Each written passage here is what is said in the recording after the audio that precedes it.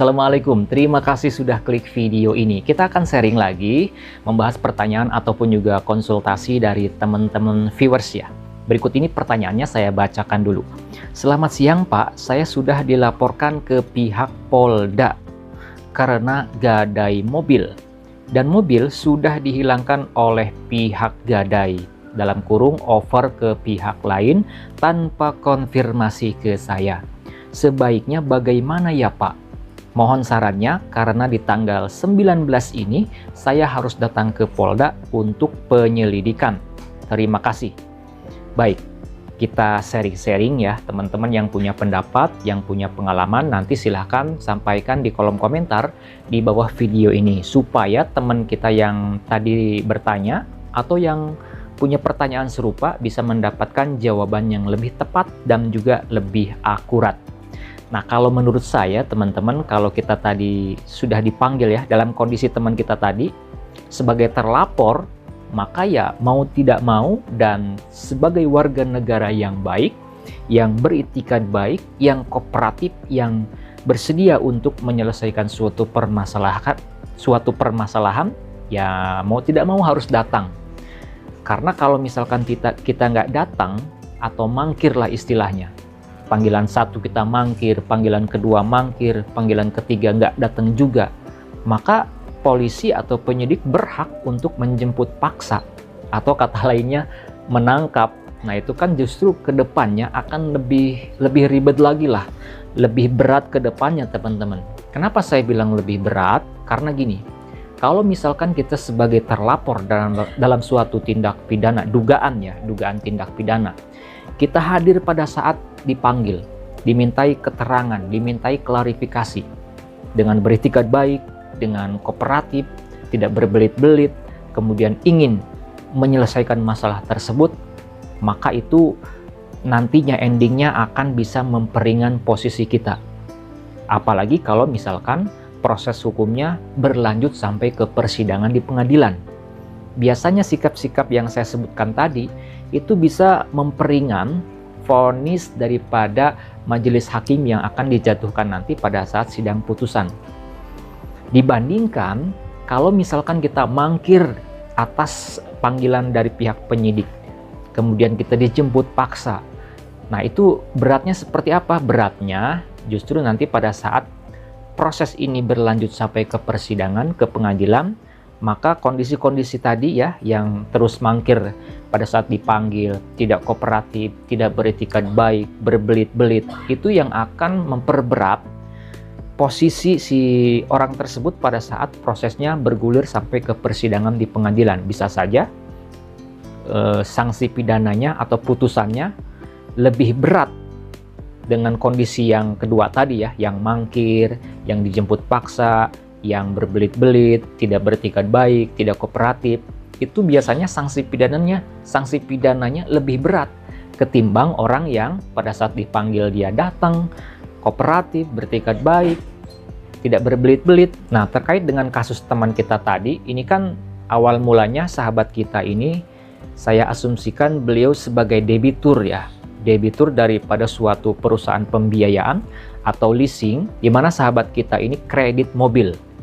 Kreditnya belum lunas, tapi mobilnya udah digadaikan kepada pihak lain, dan biasanya kalau dilaporkan pasti ini gadainya tanpa sepengetahuan dan persetujuan tertulis dari pihak kreditur, dari leasing atau dari perusahaan pembiayaan. Oleh karena itulah pihak kreditur, leasing atau perusahaan pembiayaan berhak untuk memproses secara hukum, karena kita ya sudah melanggar ketentuan, sudah melanggar aturan terkait dengan undang-undang fidusia ya itu. Apalagi misalkan kita menggadaikan mobil tersebut atau mengalihkan mobil yang masih menjadi objek jaminan fidusia, masih kredit belum lunas, dalam keadaan sadar dan kita tahu ya aturannya nggak boleh kecuali ada persetujuan tertulis dari leasingnya, dari krediturnya, tetapi kita tetap menggadaikannya, mengalihkannya. Ya itu jelas kita dalam posisi yang memang salah dan harus mempertanggungjawabkan secara hukum tindakan kita atau perbuatan kita. Tetapi gini teman-teman, biasanya kalau leasing melaporkan konsumennya, melaporkan debiturnya, itu sebetulnya tujuan utamanya bukan untuk memenjarakan si debitur. Tujuan utamanya bukan untuk memenjarakan konsumennya atau debiturnya. Bukan itu sebetulnya. Melainkan untuk membuka ruang agar si debitur yang dilaporkan oleh leasing ini mau mediasi, mau menyelesaikan secara baik-baik. Istilah katanya mau damai lah. Karena nanti pada tahap penyidikan pun akan tetap dibuka ruang untuk mediasi, untuk tetap musyawarah. Biasanya leasing ini tuntutannya adalah bayarin sisa angsuran sampai dengan lunas atau unitnya kembalikan. Kalau si debiturnya tidak bersedia memenuhi tuntutan dari leasing tersebut dari krediturnya, ya kreditur biasanya akan menyerahkan sepenuhnya kepada pihak penyidik untuk diproses hukum lebih lanjut.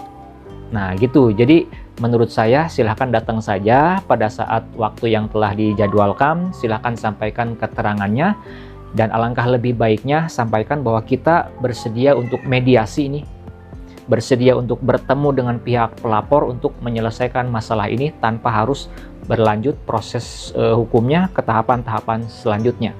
Silahkan nanti minta mediasi, minta musyawarah lagi bersama pihak pelapor. Pelapor pengennya gimana? Kalau misalkan pelapor pengennya mengembalikan unit atau misalkan dilunasi keseluruhan, tinggal ditanggapi, kita mampunya bagaimana nih? Kita bersedianya seperti apa?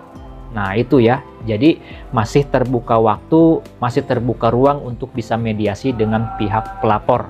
Dan nanti kalau tercapai kesepakatan antara pelapor dengan si terlapor sahabat kita ini, nah, biasanya pelapor akan mencabut laporannya tersebut. Dan prosesnya tidak akan berlanjut sampai ke tahapan persidangan di pengadilan. Jadi kalau menurut saya pribadi sih, pendapat saya, jangan terlalu takut, apa boleh buat, ini harus dihadapi.